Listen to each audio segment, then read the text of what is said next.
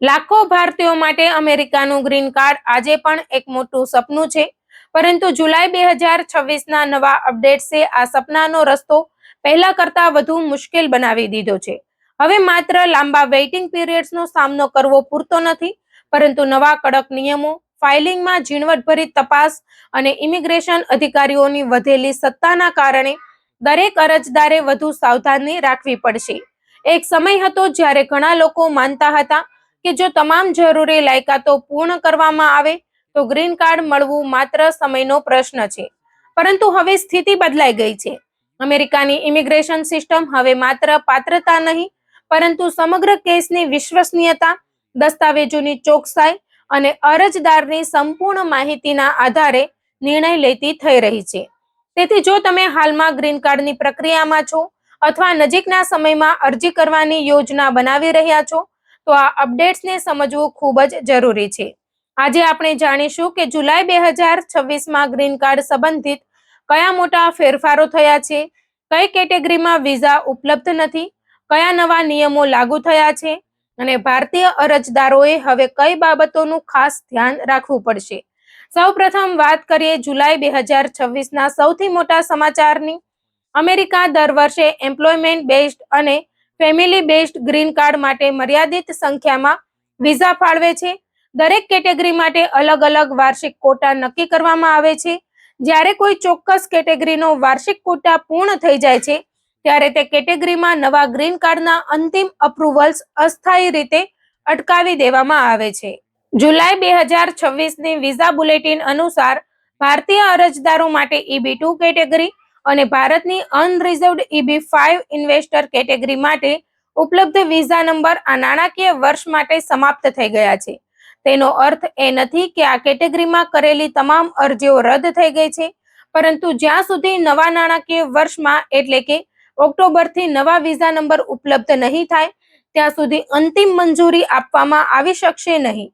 એટલે કે ઘણા અરજદારોના કેસ તૈયાર હોવા છતાં તેઓને થોડો વધુ સમય રાહ જોવી પડશે. ઘણા લોકો અહીં એક મોટી ગેરસમજનો શિકાર બને છે.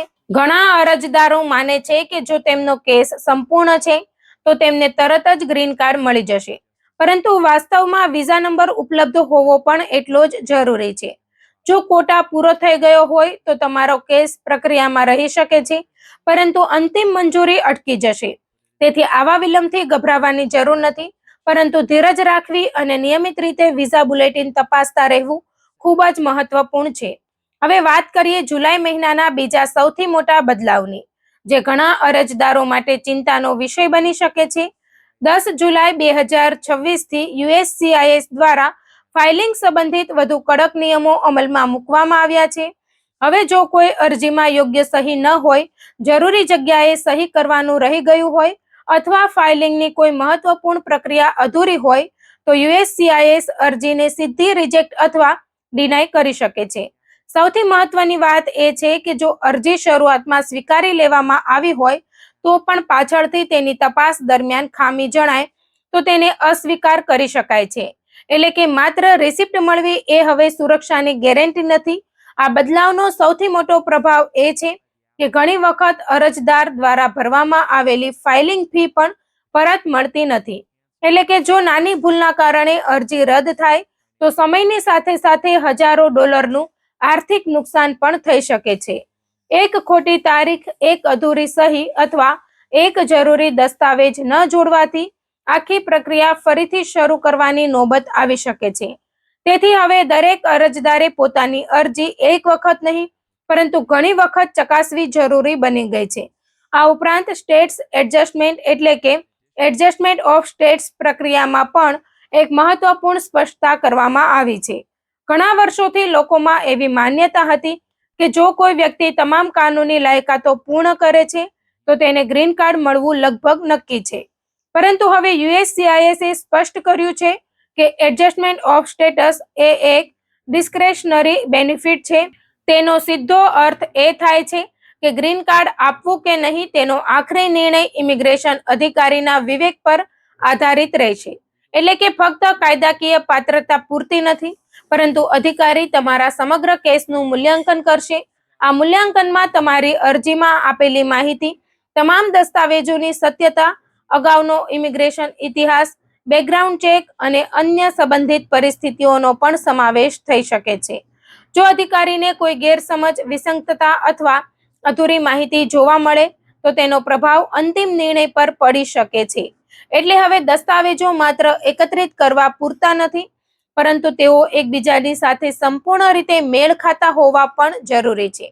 ભારતીય અરજદારો માટે ખાસ કરીને આ બદલાવો ખૂબ જ મહત્વના છે, કારણ કે ભારત માટે ગ્રીન કાર્ડનો વેઇટિંગ પીરિયડ પહેલાથી જ ઘણો લાંબો છે. ઘણા લોકો વર્ષો સુધી પોતાની પ્રાયોરિટી ડેટ કરન્ટ થવાની રાહ જોતા હોય છે.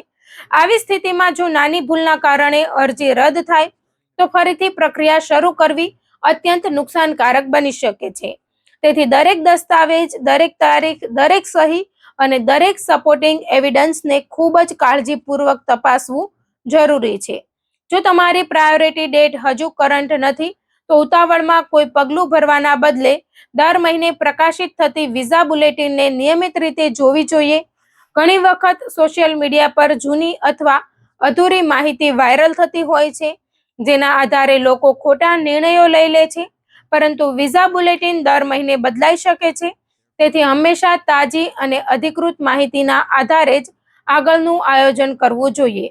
આ સાથે જ જો તમે કોઈ ઇમિગ્રેશન ફોર્મ ભરતા હોય તો દરેક પ્રશ્નનો સાચો અને સંપૂર્ણ જવાબ આપવો જોઈએ. કોઈ માહિતી છુપાવવી, અંદાજથી જવાબ આપવો અથવા ખોટી વિગતો લખવી ભવિષ્યમાં ગંભીર સમસ્યાઓ ઊભી કરી શકે છે. જો કોઈ બાબતમાં શંકા હોય તો યોગ્ય ઇમિગ્રેશન નિષ્ણાત અથવા લાયસન્સ પ્રાપ્ત એટર્નીની સલાહ લેવી વધુ સુરક્ષિત રહેશે.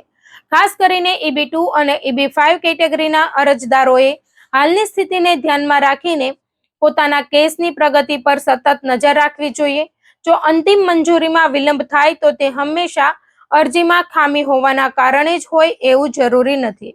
ઘણી વખત માત્ર વિઝા નંબર ઉપલબ્ધ ન હોવાના કારણે પણ કેસ અટકી શકે છે. તેથી ગભરાવાની જરૂર નથી, પરંતુ પ્રક્રિયાની સાચી સમજ રાખવી જરૂરી છે. અમેરિકાની ઇમિગ્રેશન સિસ્ટમ છેલ્લા કેટલાક વર્ષોમાં સતત વધુ ડિજિટલ, વધુ પારદર્શક અને વધુ કડક બની રહી છે. હવે દરેક દસ્તાવેજની ચકાસણી પહેલા કરતાં વધુ ઊંડાણથી કરવામાં આવે છે. નાની લગતી ભૂલ પણ મોટા પરિણામ લાવી શકે છે. તેથી ગ્રીન કાર્ડ માટે અરજી કરનાર દરેક વ્યક્તિએ પોતાની ફાઇલને સંપૂર્ણ રીતે તૈયાર કરવી, તમામ જરૂરી દસ્તાવેજો જોડવા, યોગ્ય સહી કરવી અને સમયસર અપડેટ્સ પર નજર રાખવી અત્યંત જરૂરી બની ગઈ છે. એકંદરે જોવામાં આવે તો જુલાઈ 2026ના આ અપડેટ્સ સ્પષ્ટ સંદેશ આપે છે કે અમેરિકામાં કાનૂની રીતે ગ્રીન કાર્ડ મેળવવાની પ્રક્રિયા હવે પહેલા કરતાં વધુ જવાબદારી અને સાવધાની માંગે છે. માત્ર લાયકાત પૂરતી નથી, પરંતુ સંપૂર્ણ અને ચોક્કસ દસ્તાવેજો, યોગ્ય ફાઇલિંગ, નિયમોનું કડક પાલન અને અધિકૃત માહિતીના આધારે યોગ્ય આયોજન કરવું પણ એટલું જ જરૂરી બની ગયું છે. જો અરજદારો આ તમામ બાબતોનું ધ્યાન રાખશે તો લાંબી રાહ હોવા છતાં તેમની અરજી મજબૂત રહેશે અને ભવિષ્યમાં ગ્રીન કાર્ડ મેળવવાની શક્યતા વધુ સુરક્ષિત બની શકે છે.